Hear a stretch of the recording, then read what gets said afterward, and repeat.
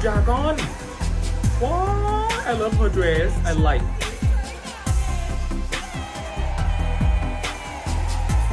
Wow, มังกรจริง Dragon Lord Blue Dragon ว้ายคือชอบนะคืออยากใส่ชุดสวยหรือปะถ้ามีร้านเกี่ยวกับวันตรุษจีนอะไรอย่างเงี้ยชุดนี้อยากใส่ชุดนี้เลยอะไรจีนเป็นจีนสวยคือมันเยอะดีอ่ะแล้วชีเอาใจเวียดนามเลยอ่ะแบบมังกรมาเลยคือเราไม่รู้ว่าเวียดนามเป็นยังไงนะแต่รู้สึกว่าความเวียดนามเนาะความจีนความอะไรเนาะว้ายเลิศวันละ1,000 ตัวชีรอบเลยล่ะชีเล่นแรงเวอร์ฟิลิปปินส์ชีเล่นแรงเลยล่ะถ้าชุดเป็นชุดแดงเหลืองอีกคือต้องตายจบแต่สวยนะหน้าชีสวยอ่ะ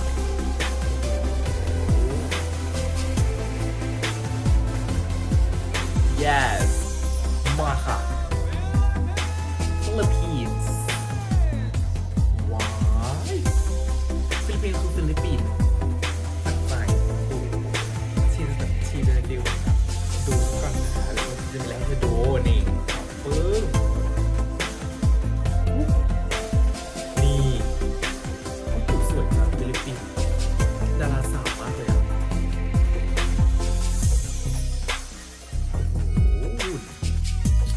I love her body. I love her smile. When her smile is so beautiful. Yes! Okay, she may look land.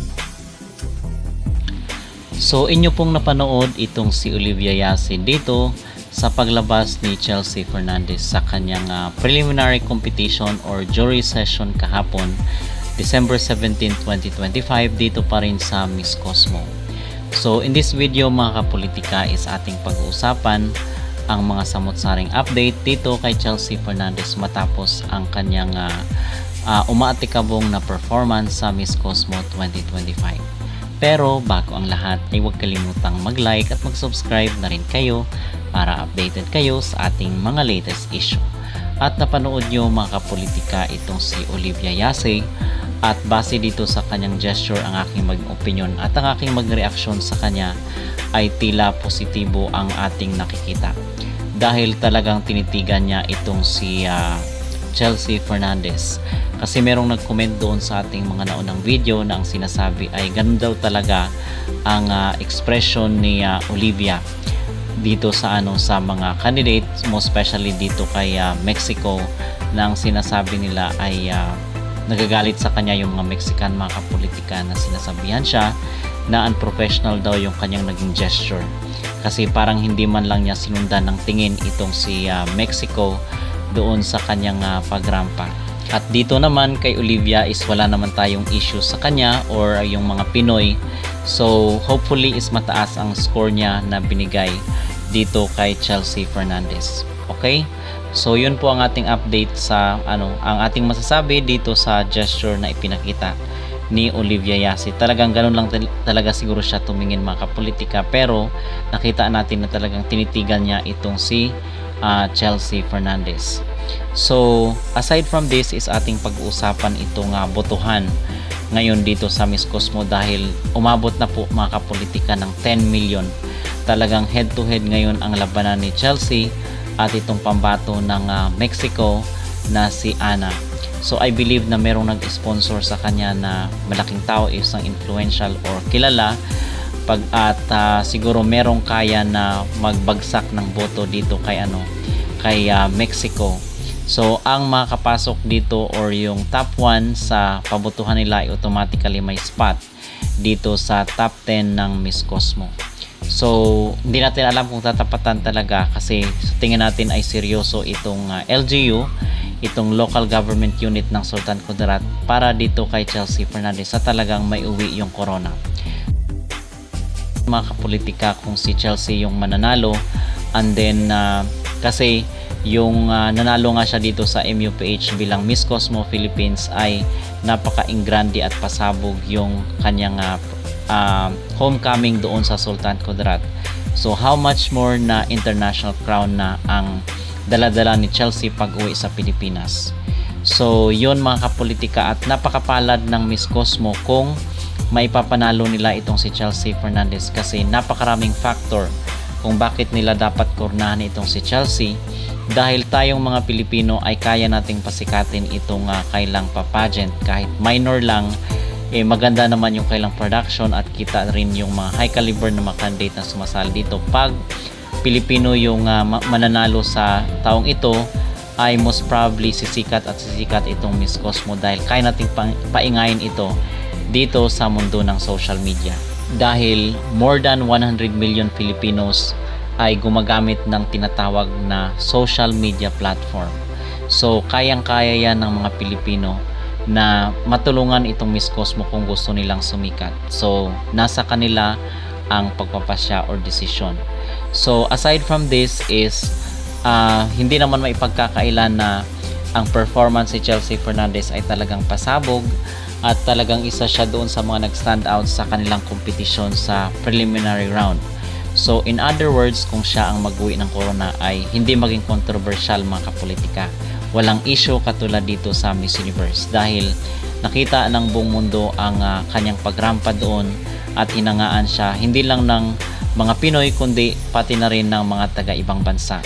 So panalong panalo rin sa face card itong si Chelsea Fernandez. At isa pa ay siguradong marami ang mga Filipino sponsor na papasok dito kay Chelsea kung siya ang kukurnahan.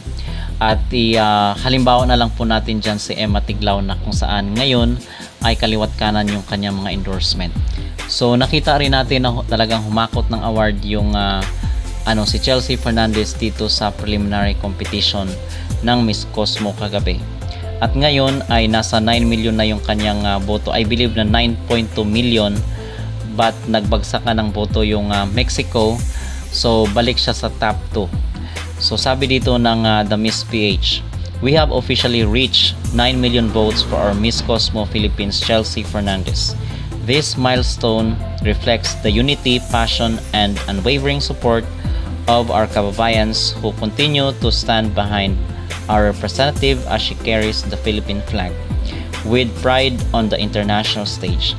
Let us keep the momentum strong and continue voting to show the world the power of Filipino solidarity, especially the loud and proud support coming from Sultan Kudarat and the entire Philippines. So, 2 araw na lang mga kapolitika ay atin na pong malalaman ang maging kapalaran ni Chelsea Fernandez dito sa Miss Cosmo 2025. So we are hoping na sana ay maging patas yung mga judges, kasi pag wala itong mga judges or kung organization ang magpasya or mag-decide sa kailang mag-winner, ay sana alisin na lang yung mga hurado. Katulad dito sa Miss Grand International na talagang kung ang organization ang magde-decide ay hindi na talaga nila nilagyan ng mga judges. So yun sana. Pero dito kasi sa Miss Cosmo ay merong mga hurado. So ano ang silbi ng mga hurado kung ang organization ang magde-decide? So we are hoping na talagang tama yung sinabi ni Paula Sugart na transparent sila, fair at patas yung mga judges, at yung kalooban ng mga hurado ang masusunod at hindi ng organization. Kung kaya nga beauty competition ito, kasi kinakailangan mo talagang meron kang beauty inside and outside. Okay? So yun ang aking masasabi at ang aking maging opinion. At dito sa kay Olivia Yasi mga kapolitika, ano po ang inyong magreaksyon at ano ang inyong masasabi sa kanyang gesture na ipinakita, na kung saan ay titig na titig siya dito kay Chelsea Fernandez, ang ating manok sa Miss Cosmo 2025. Mag-comment down below at huwag kalimutang mag-like at mag-subscribe na rin kayo para updated kayo sa ating mga latest issue. Mabuhay Pilipinas! This is Chelsea Fernandez and I'm representing the Pro of the Orange in Miss Cosmo 2025. How are you tonight? I really don't know what to feel, honestly, because I haven't seen my performance yet. So maybe I'll check later, but tonight I am feeling very happy. It's finally over.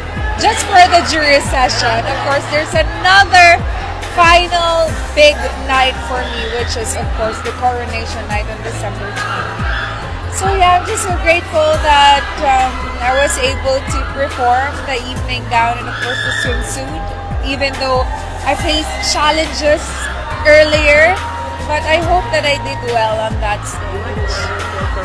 Really? And I love your evening gown You love so it? much.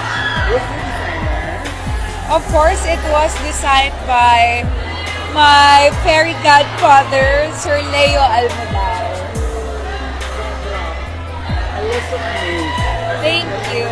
Of course, the theme of the gown is Rising Dragon, which is also the theme of Miss Cosmo for their second edition. And you have like a smooth swimsuit performance. Really? Thank you. How's your Vietnam journey so far? Well, honestly, this is my 4th time visiting Vietnam. And every time that I am here visiting this beautiful country, it feels like first time. And honestly, there's so much more to see in this beautiful country.